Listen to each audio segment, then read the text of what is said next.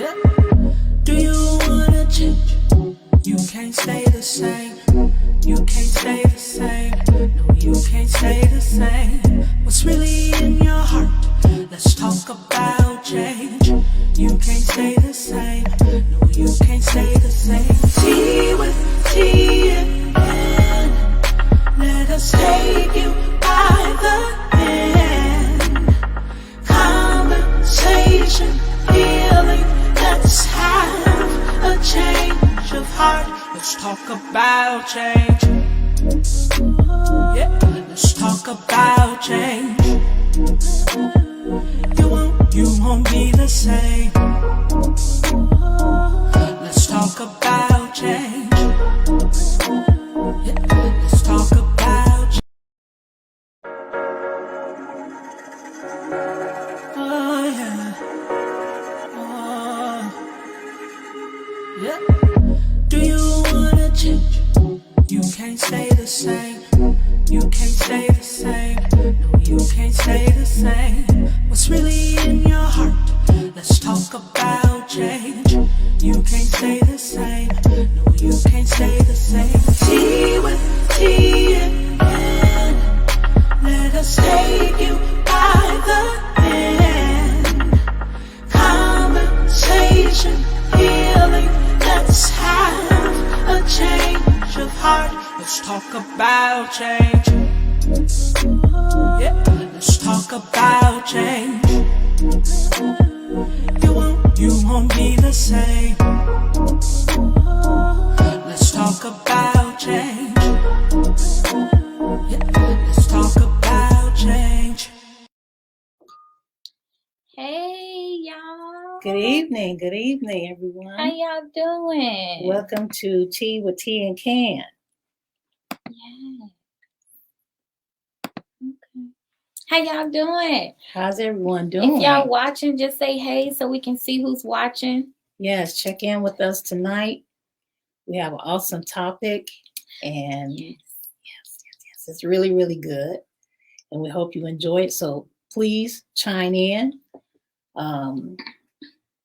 While we are talking, you're welcome to make any comments and any suggestions or comments or opinions. You're welcome to say what you need to say. Absolutely. So hey to our little viewers that are watching. We have 3 of them. Hey, 3 viewers. Say something so we can say hey to y'all. Yeah, say something. But thank you for joining us as we talk about this topic of mental illness in the Black community. A topic that you rarely hear anything about, right? Yes. So we wanted to just discuss it on tonight. All yes, right? We want to discuss it. So let's start off by talking about, okay, and of course, when I get started, my throat want to mess up. Don't start. Drink a little bit of that tea, sis. Yeah, let me get some tea. You got 1 cough per person. Okay. All right. Don't come at me. Go ahead. Don't come at me. Okay, so let's talk about some statistics, because usually statistics tend to bring light to the issue. Okay, so we're talking about the Black community. We're not talking about no other race or ethnicity. Yeah, we are talking about the Black community. Okay, yes. So if you be's Black, we talking about you, or brown, but that's who we're talking about. So let's talk about some statistics. So I have one. Sure. The adult African American can more likely have feelings of sadness, hopelessness, and worthlessness.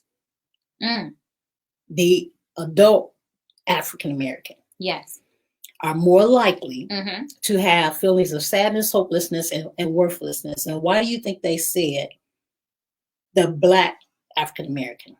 Why? Do you have any idea why? Okay, well, I guess you know. Because we're talking about the Black African American, so we looked up. But why wouldn't they say in comparison with white Americans or with Latinos? Well, I think because one, we have been through a lot. Yes. history-wise, I'm just saying, we have been through a lot. So, of course, yes, we're going to be more likely, to experience all these emotions, whereas other may not have a history like we have, right? Correct. Yes. Correct. Yes. We are more impoverished. We are more, we deal with poverty more. There's a lot of disparities amongst, in comparison with other ethnicities. Economically, social, there's a lot of differences and different ways that we're treated.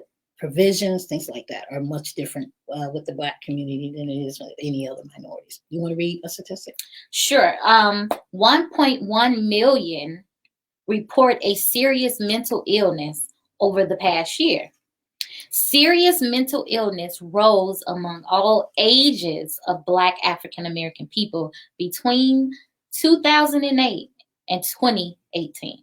So it's just saying that mental illness is prevalent among the Black community. It is prevalent, and we cannot get past it. We can't close our eyes to it. It's prevalent in the Black community. So we're going to talk about some different mental illnesses, and I'm pretty sure people can name some, but let's talk about a few. And we decided, and it's a lot of them, but we decided to pick out 4. So the first one is, let's talk about the definition of a mental illness. Yes. Mental illness is a wide range of conditions that affect your mood, feeling, and your behavior. Okay, so I'll say that again. So wide range of conditions that affect your mood, your feelings, and your behavior. Okay, so one of them, the very first one, is clinical depression. And we're not going to go into a lot of detail because this is huge, humongous diagnostic manual that people study to study mental health illnesses and personality disorders, but we're not going to get that detail. But the first one is clinical depression. And it is characterized by persistently depressed mood or loss of interest in activities, causing significant impairment in your daily life. So clinical depression, a person who's been diagnosed with clinical depression, affects every area of your life, your daily life on a daily basis. It affects your job, your home, your activities, everything that you do. Yes. Okay. Keep talking. Okay. Then the other one, and clinical depression is a little bit different from feeling depressed every now and then about a situation. Meaning that if you're depressed, for a day or maybe a couple of days, maybe something happened, you're feeling a little sad. That's normal. Or, some loss or something that happened in your life and you're feeling a little down. That's normal sadness. And we might call that depression. But clinical depression is when somebody is actually diagnosed, meaning it affects every area of their life and it has lasted for a certain length of time. For a long period of time. Okay. So that is called clinical depression. Got it. Are we okay? I'm sorry, guys. I'm a little distracted because, as we know, every time we get on this thing, it's always something. So for some reason, it's not posting you guys comments, and I'm just trying to figure it out. Oh, there go Wanda. Hi, Wanda. Wanda's watching. Okay. So we got 7 people on. Maybe I clicked something because at first it said that we won't be able to see posts, and I got a big problem about that because if so, me and T could have had this conversation by ourselves. You know what I'm saying? That's right. I'm just trying to figure it out. Yeah, we're on here because we want your comments. So I see Wanda, thank you for chiming in. We got a few more people on here. Come on, you guys, say hi. Let us know you're there, you're listening, and you're going to stick with us through the whole show here. Let us know you're out there, okay? Let us know you're out there. Talk to us. Say hi, give us a wave. What we're talking about is mental illness in the Black community. Hey, Wanda waved at us. Hey, Wanda. Thank you, because I don't know what's going on, but I can see the post here. You could have just kept flowing. Okay, so I'm going to keep talking. We talked about clinical depression. Yeah. So we're talking about certain mental health illnesses because we can't discuss all of them. Yeah. As I posted on my page, the page, it's a list of them, right? Yes. So it was just to give us an overview of what kind of mental illnesses that, Black people in the Black community does deal with, you know, that they may not be aware. But we're not going to hit all of them tonight. No, we're not. So we're just going to talk about a few. You just hit. I did. You gave us clinical depression. Right. Clinical depression. You want me to go to the next one? Yeah. So let's talk about anxiety disorder, right?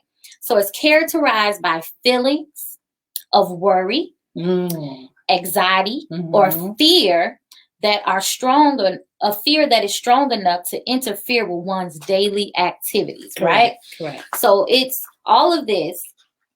Well, I know this one says feelings, right? So it can be something that you may oversize, that may be really minute, but your mind is making you magnify it to the point that you're experiencing anxiety. Correct. Maybe you feel like your heart is beating up out of your chest, or you may be thinking that you're gonna die soon or some sort, or something, a situation is maybe just an interaction with someone and you're making it so major that you're only focusing on that now you're experiencing anxiety. So correct. Anxiety disorder. Correct. It's a overextension of over the top worry, over the top concern, where a normal person would probably, worry a little bit and then, deal with it. But a person that deals with anxiety disorder is over the top. It's all day long, 24 hours a day. And there's also a sidebar of panic attacks. You can have anxiety with panic attacks. But usually a person that deals with anxiety disorder, they have to minimize their stress, because stress will be something that will trigger anxiety. Okay. All right. And again, these are disorders that last for a certain length of time. It's abnormal to be anxious every day, 24 hours a day, 365 days a week. That's a disorder. Yes. Okay. All right. Let's talk about bipolar. Bipolar. Now, we use this term with everybody. Now, I be saying stuff, y'all. And this just makes me a little more cautious, because I be diagnosing people and I am not a doctor. But bipolar is associated with episodes of mood swings, right? Ranging from depressive lows to manic highs. So we can kind of look at like the old term, what is it? Jekyll and Mr. Hyde, right? So one, I might come in and I'm very excited, like bubbly. And then in the middle of a second, I didn't turn into evil. Like they're like, what's going on? You don't know if she Candace or she can right now, right? So bipolar disorder. Yeah, it's more, and that's a good example. It's and these manic episodes last very long, and then you switch and your depressive modes. That's why it's called bipolar. So you got a pole, and on this end is depression, and on this end is manic.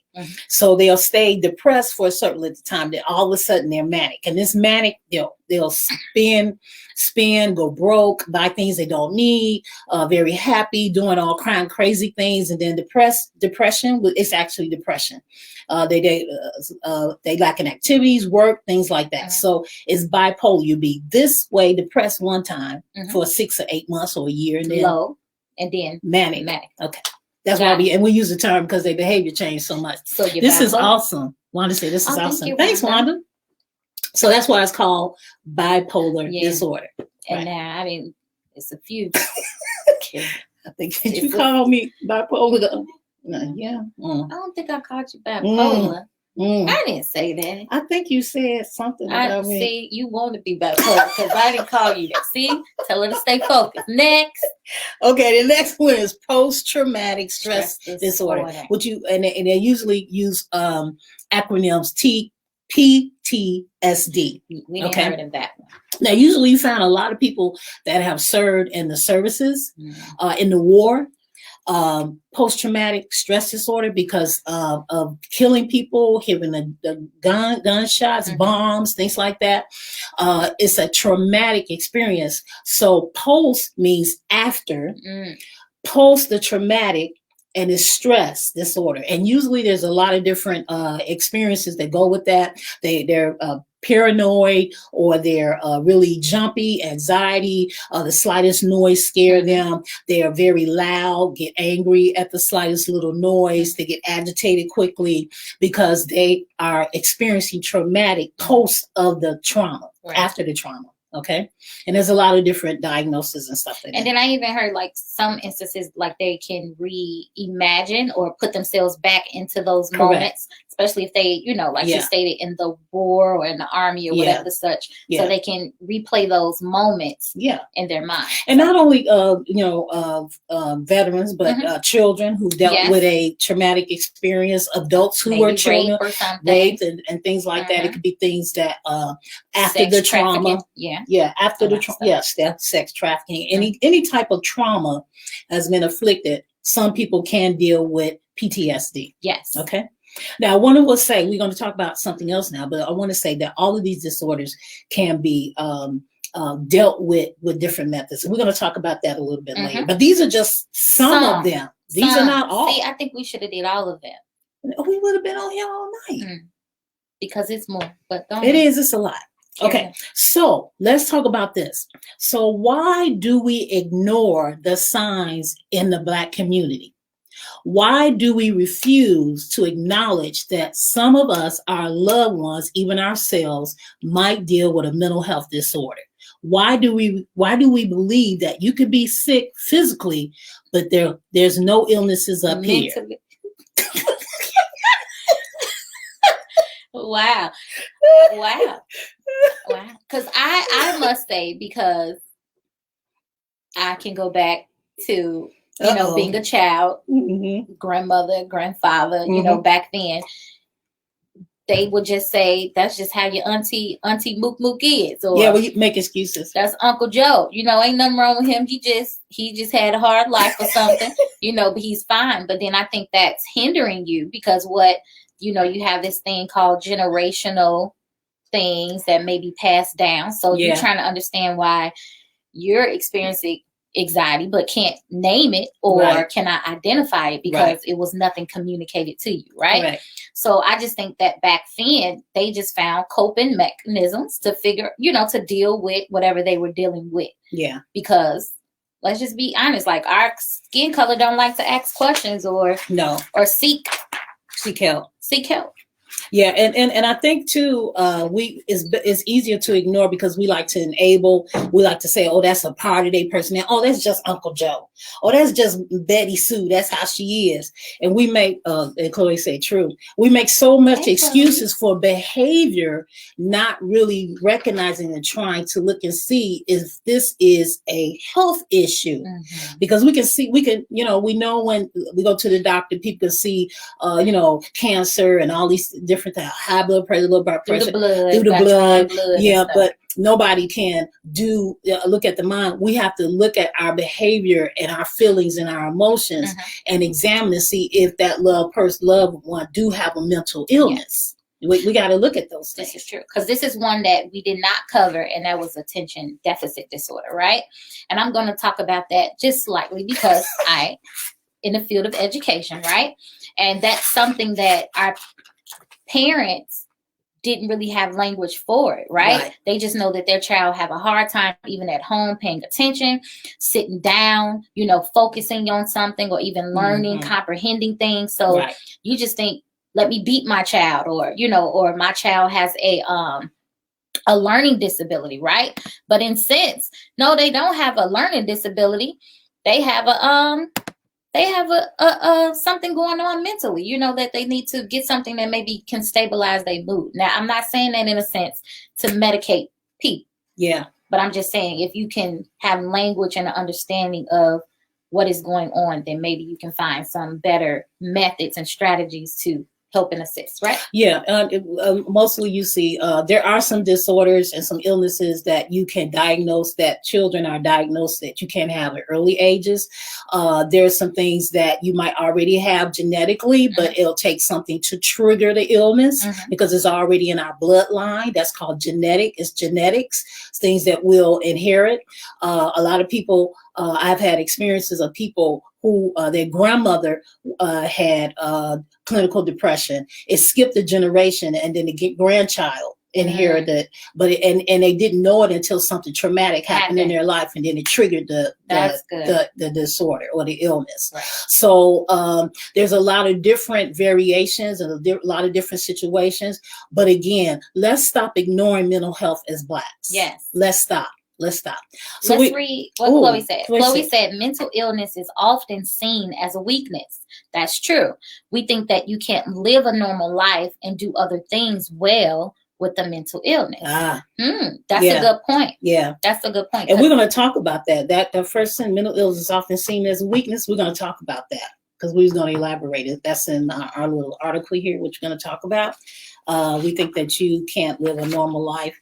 Oh, you can. You have some functional people, but we're going to talk about some of the things that people do to get by to function on a daily basis. And it does not mean that what they're doing is healthy, but what they're doing is to being able to function. And we're going to talk about some of those things. Okay. What's wrong? You kind of I'm spitting. You know what? So we're gonna do. You is cutting up on this live today. Why are you doing? Did you just hit me? We have a conflict. Let's use the strategy that we learned 2 weeks ago. So what's the problem? Did you just hit me? What's the problem? She cutting up tonight. Listen, y'all. All right, let's focus. So we're gonna read just a few things from this article. It's an era of peril, right, for Black mental health. Written by Joseph P. Williams. Yes. This is from August 13th, 2020. Okay, so we're just gonna read some of these, some of the information that he provided in this article, which was really, really, really profound. Very, very, very profound. So we're gonna say suicides among Black people have risen in recent years, a fact punctuated by 4 deaths by hanging within the 3-week period in late May and June, within days of Floyd's killing.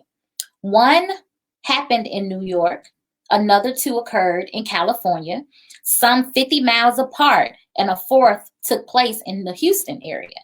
Through all our apparent suicides, the deaths conjured up the ugly spectrum of Jim Crow era in lynchings. Can you believe that?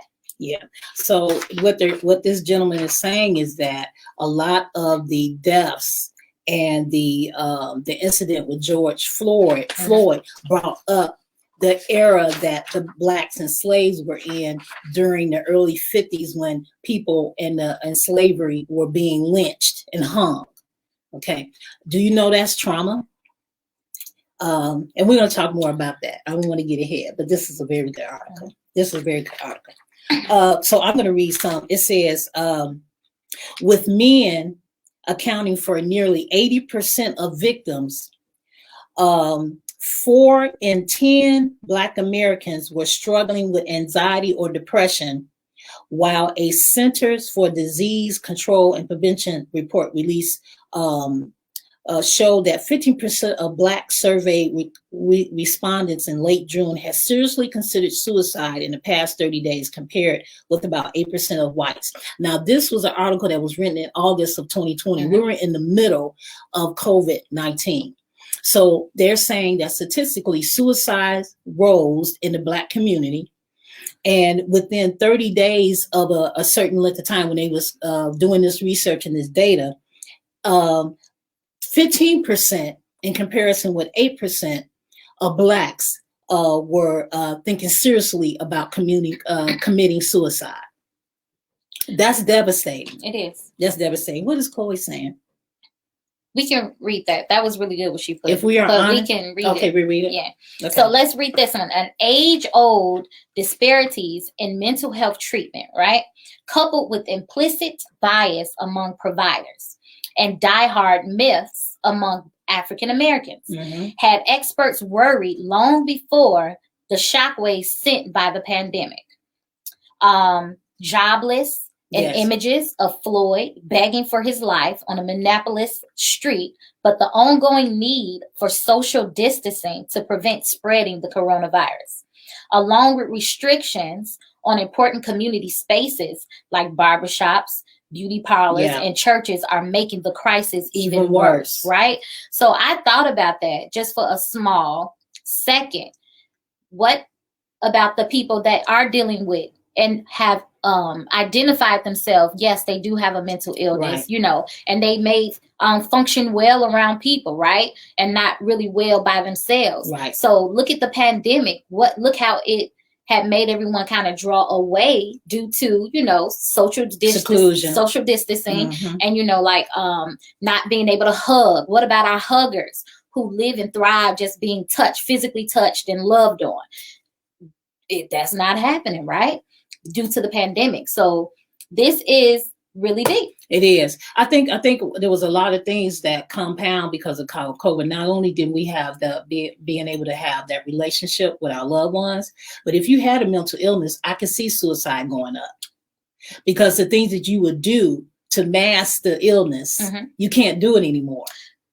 Right, because you got to deal with it. You got to deal with the mental illness by yourself. That's true. And so I can see suicide rising. I can see other things taking place because you're trying to mask it, where when you were out in the open in the community, you had a job, you was doing this, you was doing that, you were busy, so you can mask the illness. Right. So you're saying while they're home dealing with it, they can no longer mask it. Yeah. And then it coupled with the George Floyd incident, loss of your job, death in the family. Yeah. I know people that have lost 5 and 6 members due to COVID. That's trauma. It really is. That's trauma.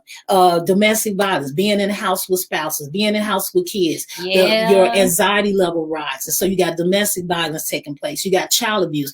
When the kids were at home and they were online learning, people can see child abuse and sexual perversion going on in the home because of the kid being on a computer and things happening in the back where they can be seen. All of this is trauma, and all of this cultivates and adds to the mental illness. Loss of home. People lost their homes. People lost their businesses. This is trauma on top of trauma. Why are we ignoring it? This is what we're talking about tonight.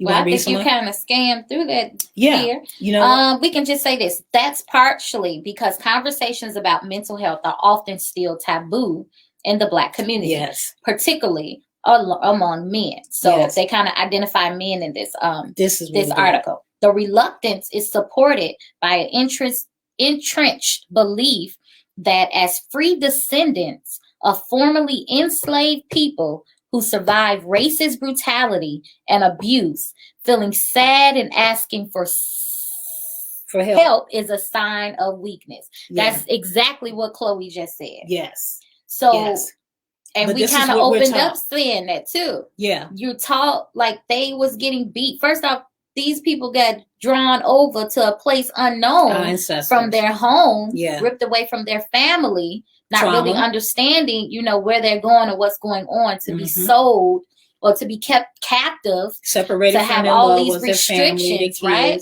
Yep. And then not even knowing what's going on, holding on to some type of hope that it'll get better, right? Right. So I think that created that hard skin, of Blacks. Yeah. Of we can do anything. Ain't no time to be soaking. Ain't no time to be crying. Let's figure it out and let's keep moving. Yeah, we created this hard exterior, and the men are taught not to cry, and being sad is a sign of weakness. Yeah, but especially men. Yeah, and I can see them doing that, but what we're doing is we're not allowing ourselves to be human and to be able to deal with the issue that's at hand. Facts, because I think once you keep trying to put Band-Aids on stuff, it's definitely going to show in other areas, right? Yeah. So you have these men that's so manly, but it's so hard for them to be kind of compassionate and soft, and kind of like delicate, right? Yeah. Or you have women, they have built themselves to be so strong, and it's hard for them to be compassionate and soft and loving. So I think let's stop masking things and let's get to the let's stop ignoring our illnesses and our family illnesses. Let's start recognizing that you could be sick and ill mentally as well as physically. I think that idea that when being an enslaved people and having that back generational impact from being slaves, and thinking that if you're sad or if you're crying, or if you got a weakness mentally or illness mentally, that you are a sign of weakness. We got to stop thinking like that, because other nationalities and other races are getting help. They not afraid to go. to say they got an issue, right? Yes, they can proud. Google. They wear a badge to say they get counseled. You could Google these. You can Google these statistics. Yeah. You can Google the facts. We're not just lying. That other nationalities. I mean, you have some race that do hesitate, but they go. Yeah. And there's a lot of and there's a particular races that's all they do. They go to counseling and they get their stuff together. Mm-hmm. But blacks, we're the ones that withdraw. Yeah, we withdraw and we backtrack because we think that it's just a part of us. That's or it's going to pass. It's going to pass. Right? I remember growing up that older people say, "Oh, that's just old Joe." Yeah, we always said that. Yeah, you said no. Something's wrong with him, right? Something is wrong. Something is wrong, right? So in the Black community, there's a negative stigma surrounding mental health. We know that it's negative, right? Like Chloe stated, it's a sign of weakness, and black, brown people don't like to appear that we weak, right? Because we already feel like our forefathers and them been through enough. So we have to be strong. We have to endure. We have to figure it out. We got to keep going. Everything will be better soon, but let's press through. Let's get through, right? I want to acknowledge Shannon. Hey, Shannon. Oh, I said hey. Thank you so much for joining us today. Okay, so we talked about some articles, some statistics, and we just want to bring an awareness because after all we've gone through, what are we doing to help ourselves mentally? What are we going to do about our state of mind? What are we going to do about smoke? We're going to self-medicate. Yeah, that's what that's called. It's self-medicating to try to get through, but actually you're harming yourself and you're abusing something, and you're just spinning your wheels. Yeah. And that's what we want to talk about: how to address mental illness. And I only said that because that's what they said. Instead of seeking professional help for conditions such as depression and anxiety, many in the community resort to self-medication, right? Through drugs and alcohol or isolation, in an attempt to solve their problems on their own. Yeah, to self-diagnose. And so we need to stop diagnosing. We have people like myself had gone to school that can help. There are people, professionals that are there to help. So one of the things that you can do to address mental illness is to get some counseling. And I'm going to say something a little bit more than counseling, therapy. Mm-hmm. There are therapeutic theories and things that people can use to help you first to get diagnosed, to get back on the right track, how to do other things to help you. And some of those, you want to read some of the things to address? Yeah, but first let's say, if we are honest, having a mental illness does block you from certain jobs and opportunities too, because it's still taboo. That's true. But I can say, hey, Shayna, I can say from working in different, jobs and such, especially the one I am particularly in, they do allow you that opportunity. If first you're able to acknowledge it, and you're maybe taking some medication and maybe getting counseling, it is some jobs that would accommodate you because in a sense, that's against the law. Yeah, it's being biased. Yeah. And it's you have to be able to. There are laws that protect those with disabilities and mental health issues. Mm-hmm. You cannot be biased and not hire individuals because they have a handicap or an illness or a disorder. But we know it does happen in a sense. There's some ways to get around everything, so I'm sure it does happen. Yes. So I want to read what Chloe said. She said, I encourage others to get Jesus and therapy. Yes, I do have that. That's a part of our list here. Those of us that believe that Christ can come and heal and think, that's how I got my freedom and my deliverance. So I'm not afraid to say that. And mixed in with therapy, it helps. It's 100%. And Shannon said, I love my therapist. I'm a proud card-carrying therapist. Come on now. That's good, Chloe. Yes. That's really good. Yes. Because, and I think as Black people, everybody needs someone to talk to. And when you're going to find your therapist or your therapy, you want to find someone that can be honest and not biased. Yeah. That's why therapists cannot provide counseling for their friends and family. It's unethical, and it's not. You're going to be biased. So you want someone that's going to be unbiased and that can give you the truth and really, really dig deep to try to get to the root of your problem. And then why you be trying to cancel me? Because you my daughter. You know what? You know she be trying me. She be trying me. She be trying me. So counseling, medication. I don't know if you want to talk about medication. Medication. Yeah. Like I said earlier, we're not promoting you to go get medicated. You know, it's some natural things that can help and assist. Like she said, counseling. You can exercise. You know, you can meditate. We're not talking about chatting and stuff, but just calming, you know, going somewhere alone and quiet, maybe going to the beach, maybe going to go work out or going to the sauna of some sort or getting massages. I love massages. Yeah. It's self-care. You get to relax, you know, and just zone out. So we're not promoting medication, but there is medication that helps. It is the side effects, of course. Yeah. I say, if you're spiritual, pray about it. If you're not spiritual, think about it and listen to your conscience and see if that's a best fit for you. Yeah. Medication is good for some people. If you're a person that don't want to take meds, you can go to your doctor or your psychiatrist, and they can prescribe other things for you to try. But, you know, for the first few months or so, you're going to be a guinea pig because they need to find out what's really going to work for you. So they're not going to know right offhand what to give you, but you're going to be more like a trial. I'm saying guinea pig. That's not really a good term to use, but really they don't know what to give you, how much. So they're going to start you off in a low dose. They're going to try it out. Yeah. And there's a lot of different meds out there. When you look at your TV, there's a lot of different mental illness medication that they're creating, things like shots, you know, things like that. There's implants you can get. If it's a person that don't want to take meds, they can get it implanted. And it's like a slow release medication. It's all kind of different things that's out there. Yeah. But if you not a person that don't want to take meds, I would say not go, but just find out your other options. Absolutely. Shannon said, yes, it's life changing. I believe our minds are computer. Yes. And we input. Then Shannon, then our thoughts from professionals. Okay, so our minds are our computer, and then we input our thoughts from professionals. Got it. Yes. And then she said, I heard that working out helps with depression. Is that true? It does. There's a chemical that's released that helps, and I can't think of it right now. That's why I exercise all the time.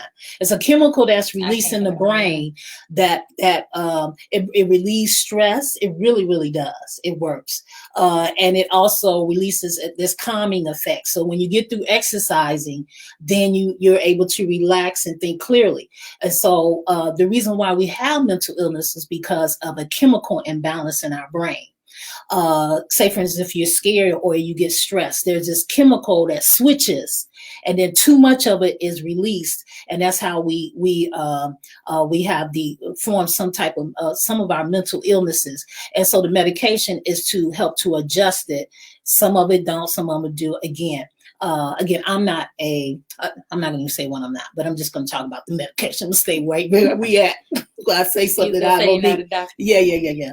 So yeah, exercise does it. I have numerous coping skills that I could talk about. I do, but yeah, that's one of them. And we said plenty of self-care, like plenty of self-care. I said that I love to go get a massage. Yes, we love to go shopping. Yes, it is so therapeutic. Ooh, so therapeutic. You know. Yeah, catch your sales. We're not talking about spending a whole bunch of money.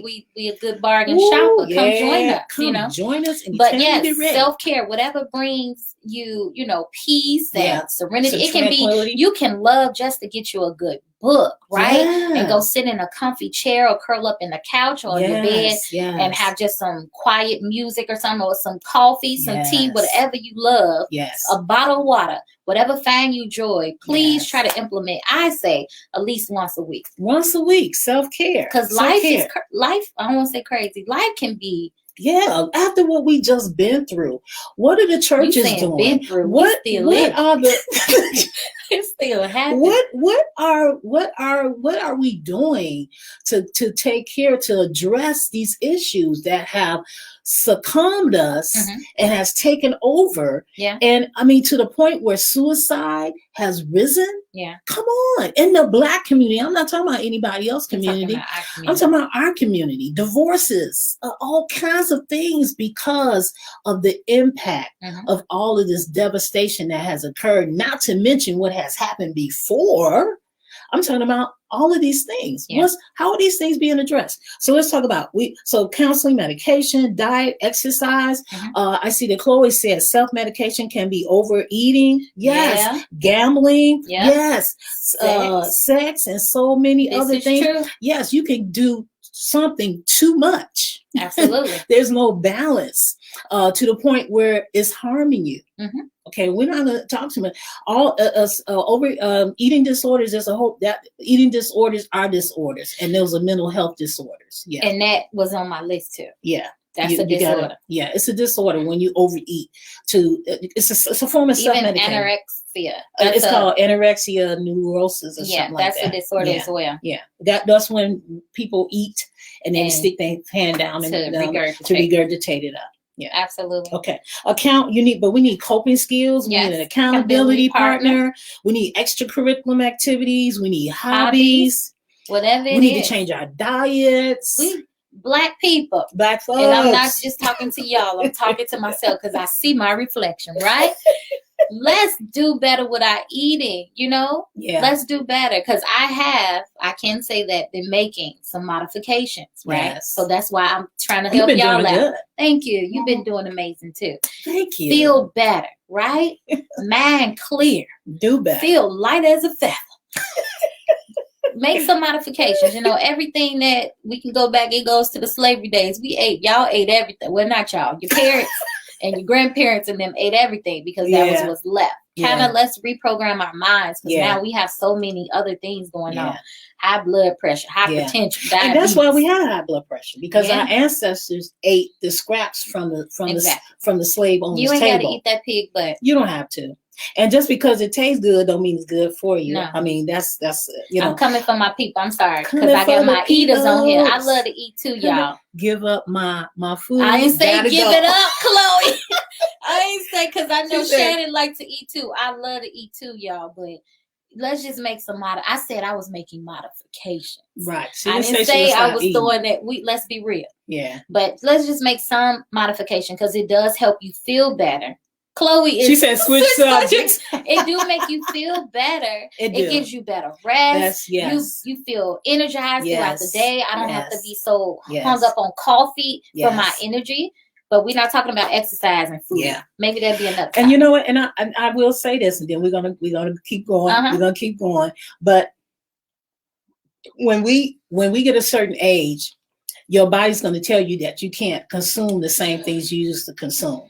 The amount of it. Yes. A lot of us, we overeat. You need to do statistically, but we were taught to do that. We were taught to clean all the food off our plate because our grandmama, she didn't have nothing to eat. You know what I'm saying? It's different things like that. So we taught these things and we'll grow to believe them and think them as facts. But after you get a certain age, you're not going to be able to eat some of the things that you eat because your body's not going to even act right. Your body's going to be responding like, no, I can't do this anymore. But I know my Chloe, she going to say that's why she doing it now until that time comes.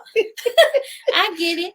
We're not attacking y'all. We're just saying we're just throwing out information, and because we want you to be better. We want you to change. We want you to improve. Absolutely. We want you to get better. Absolutely. So we're on here, and it's not like because we're dealing with the same thing, and we're just trying to make improvement. And because a lot of times you can't talk about something that you're not doing yourself. Right? So Shannon said, "Oh yes, I do love food, but I have been really changing my eating habits, and I feel amazing. Down 28." 28 pounds. I'm ready to adjust my portion size. Yes. And find something else to do to have fun. That's all we said. Good job, Shannon. Good job, Shannon. So we feel good and encouraged because we ain't in this thing alone. We ain't in this alone. That's good. So that is our tidbit about mental health. Let's stop ignoring. Let's stop turning our heads. Let's stop just ignoring the issue, and let's do something about it.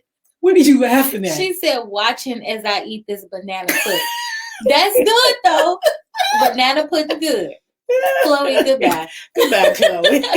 Yes. So we're going to address it again because we kind of went fast. So we said counseling, medication, groups, coping skills, accountability partner, extracurricular activities, hobbies, diet, exercise, plenty of self-care.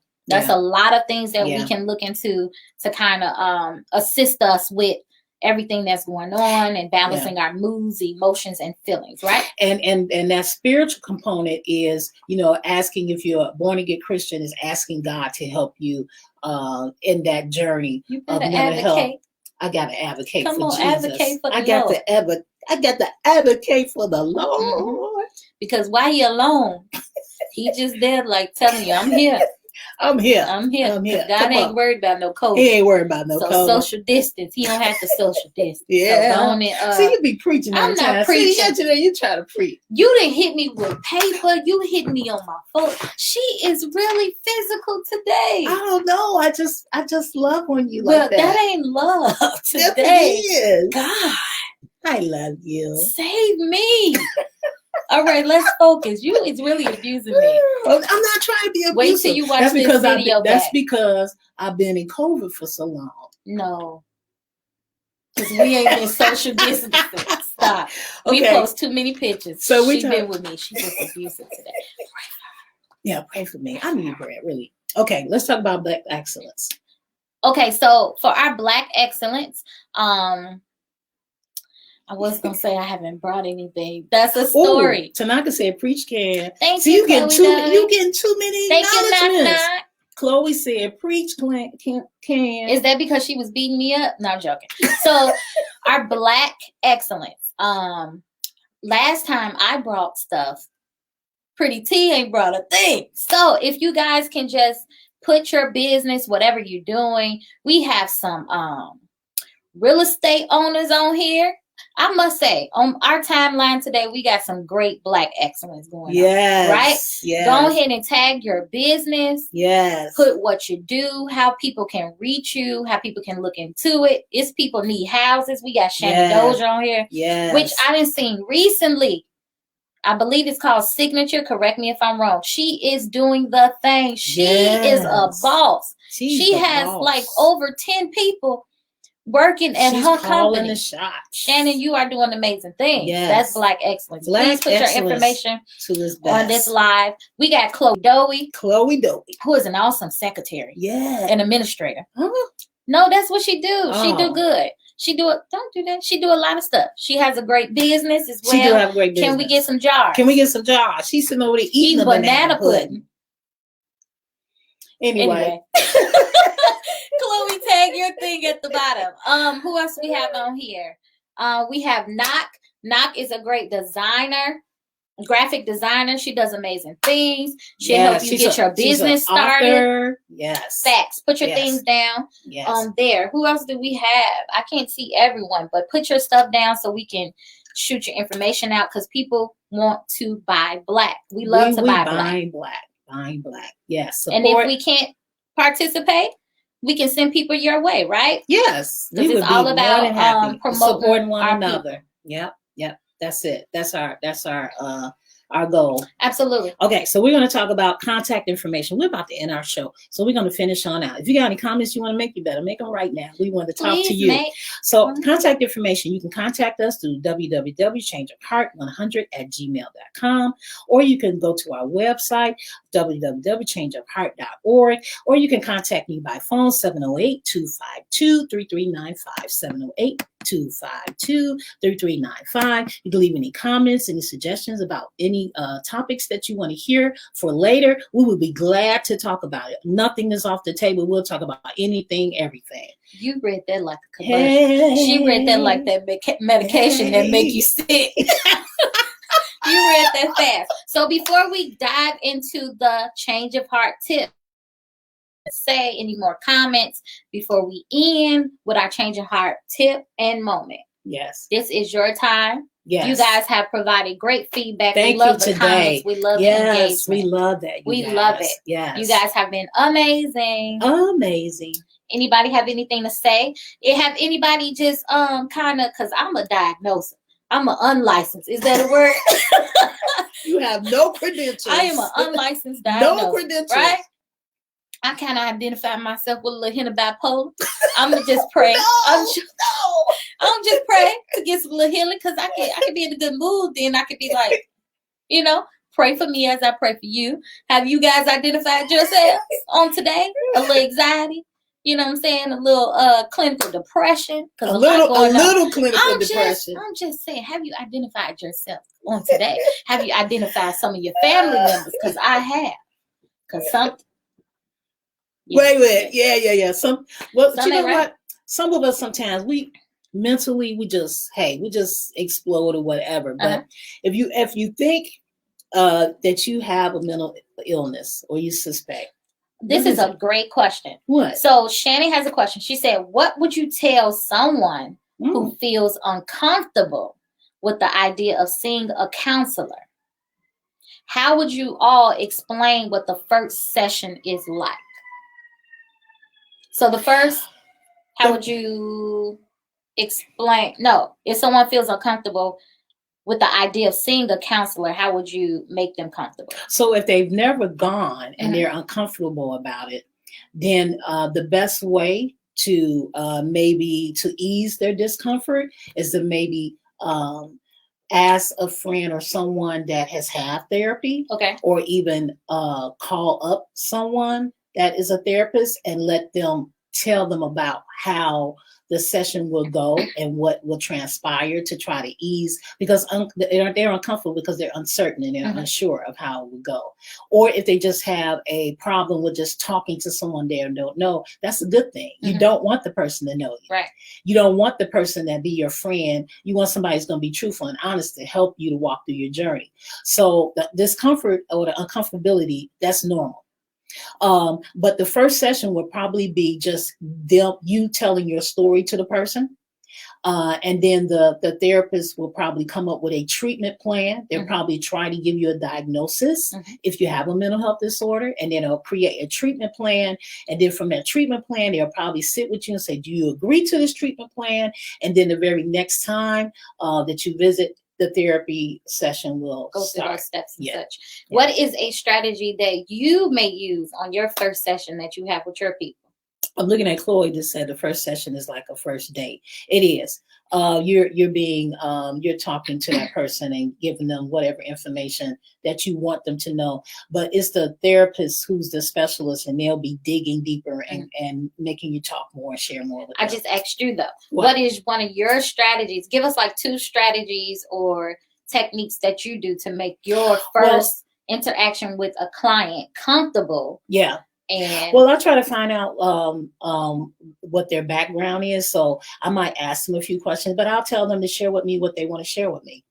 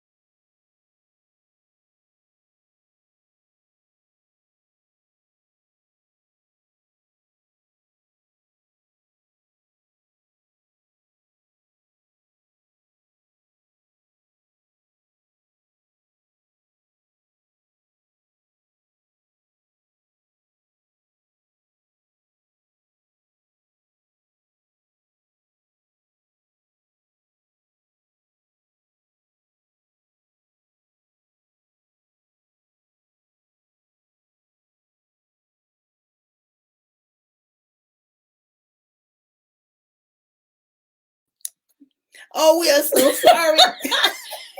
So you guys, how about we plug up the Apple computer, right? We just bumping our gums. But you were going to tell us, you didn't turn through. She didn't turn through. Tanya was ready to end. You hear me?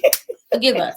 So go ahead and tell us a strategy. Okay, you guys, we had a little technical difficulty, but we're going to finish this out really quick. So the very first session, my technique is first I'll just ask the person, share with me whatever they want to share with me. Because I want them to feel like that they're free to talk to me and share anything with me. Mm-hmm. I want them to be as transparent and free as possible.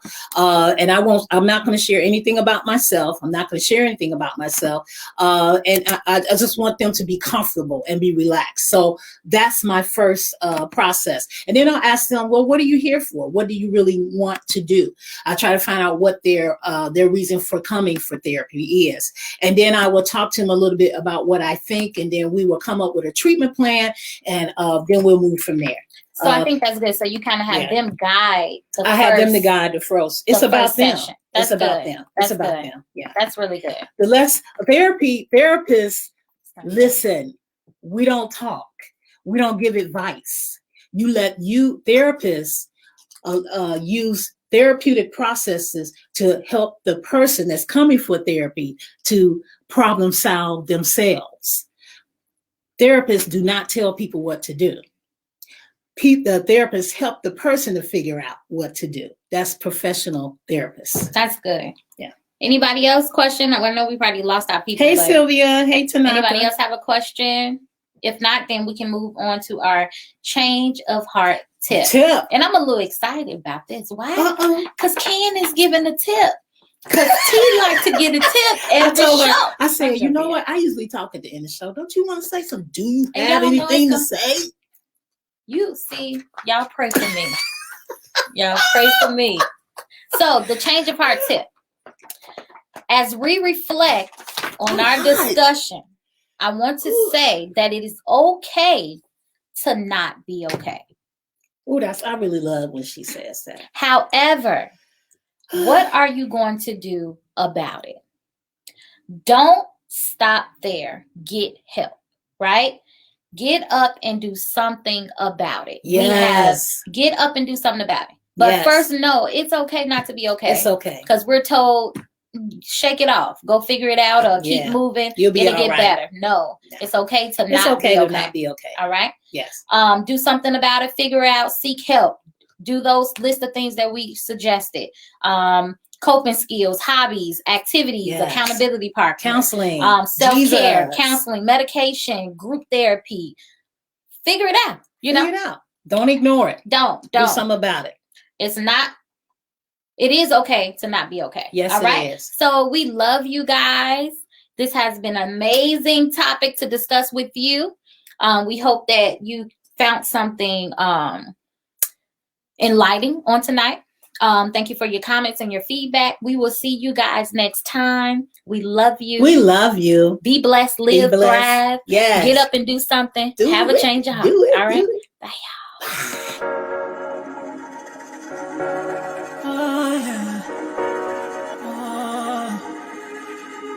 Yeah. Do you wanna change? You can't stay the same. You can't stay the same. No, you can't stay the same. What's really in your heart? Let's talk about change. You can't stay the same. No, you can't stay the same. Tea with tea in hand.